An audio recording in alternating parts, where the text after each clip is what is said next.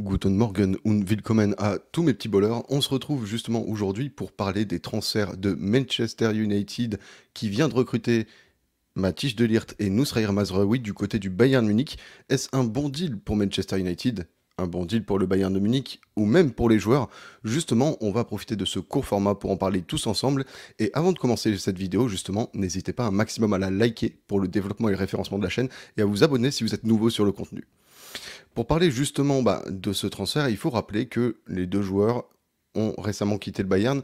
Matthijs de Ligt vient de quitter le Bayern pour 45 millions d'euros plus 5 millions de bonus du côté de la Bavière. Et justement, Noussair Mazraoui, lui, a quitté le Bayern pour 15 millions d'euros plus 5 millions de bonus. Donc, si on prend cas par cas au niveau comptable, Noussair Mazraoui, tu es plus ou moins gagnant, étant donné que le joueur est arrivé libre il y a plusieurs années de l'Ajax Amsterdam, et tu arrives à tirer une indemnité de transfert en le revendant, même si, on va pas se cacher, on s'attendait peut-être à ce que le Bayern en tire un peu plus du côté de Manchester United en le vendant. Du côté de Matthijs de Ligt, la situation est différente. Pourquoi? Il faut dire que le joueur a été acheté 75 millions d'euros plus bonus du côté de la Juventus, et maintenant il est revendu 45 millions plus 5 de bonus. Comptablement, c'est pas le meilleur transfert de l'histoire du club bavarois, on ne va pas se mentir. Mais maintenant, on va revenir justement sur l'aspect sportif de chaque partie pour voir justement qui sont les gagnants ou les éventuels perdants dans ce transfert. Pour commencer, justement, on va parler de Manchester United qui, de son côté, vient de perdre Raphaël Varane et récupère en la personne de Matthijs de Ligt un titulaire pour sa défense centrale. Avec la récente blessure de Lenny Yoro, indisponible pour une durée plus ou moins longue, forcément, le fait de pouvoir installer rapidement Matthijs de Ligt aux côtés de Lisandro Martinez te permet d'avoir un défenseur central déjà prêt et titulaire pour cette équipe. Du côté, en plus de ton coach, Erik ten Hag, tu récupères un défenseur que tu avais beaucoup apprécié du côté de l'Ajax. Et finalement, en faisant revenir Matthijs de Ligt et Noussair Mazraoui, on a un peu l'impression que ten Hag essaye de reconstruire l'Ajax Amsterdam qu'il avait eu en 2019. Pourquoi pas Frenkie de Jong qui arrive d'ici la fin du mercato. Mais pour revenir justement maintenant aux joueurs, Noussair Mazraoui, justement, il faut le dire, avec le départ de Aaron Wan-Bissaka, l'arrivée de Noussair Mazraoui te permet d'avoir un vrai concurrent à Diogo Dalot et un joueur polyvalent. Noussair Mazraoui a prouvé qu'il pouvait jouer à droite comme à gauche, mais qu'il peut aussi jouer au poste de milieu défensif, et du coup, Manchester United enregistre en tout cas de son côté deux recrues plutôt intéressantes qui ont un certain vécu européen et des plus gros clubs, et forcément, c'est pas un hasard, ça leur permet peut-être d'avoir des objectifs un peu plus élevés que ceux de l'an dernier. On sait que les propriétaires ont changé récemment.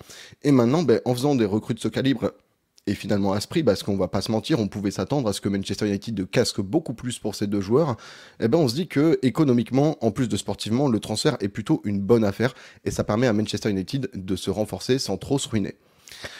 Du côté du Bayern Munich, la situation est un peu différente.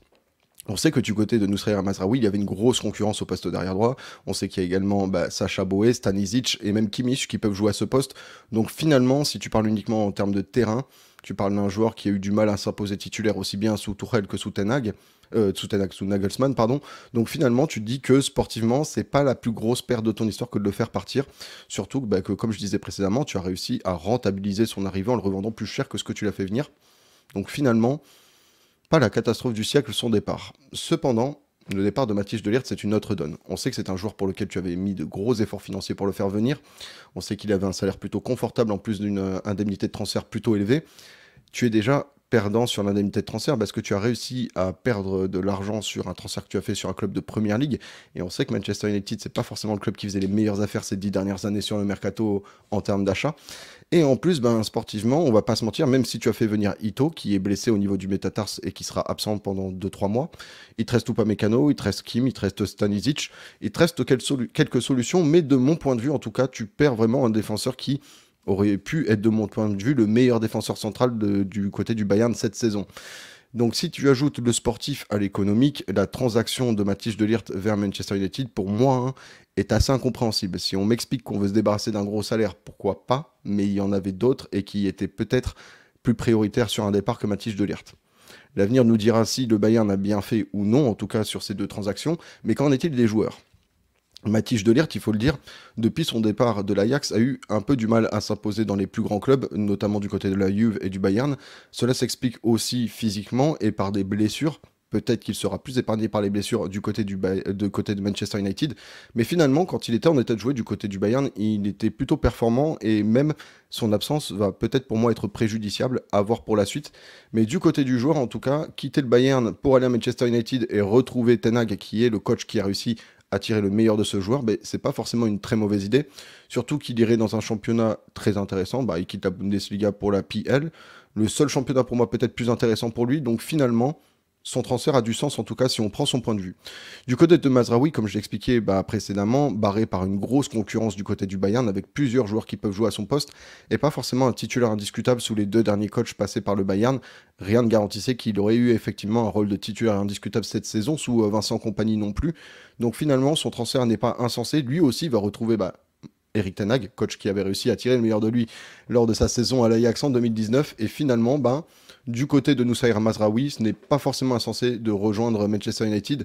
Même chose que pour Matthijs de Ligt, tu retrouves un coach avec qui tu avais des affinités, tu vas dans un championnat attractif, le meilleur, on peut le dire aussi. Donc finalement, peut-être que même en termes de salaire, ils vont gagner à quitter le Bayern pour rejoindre Manchester United.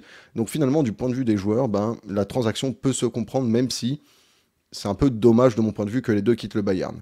Je ne sais pas quel est votre avis sur la question à vous qui regardez cette vidéo. Est-ce que pour vous, les joueurs ont fait le bon choix? Est-ce qu'un des deux clubs est plus perdant que l'autre dans cette transaction? Je vous laisse me donner votre avis dans les commentaires auxquels je répondrai avec grand plaisir.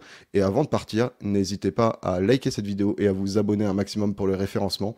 C'était un petit puzzle de mots et de pensées. Que le football français repose en paix.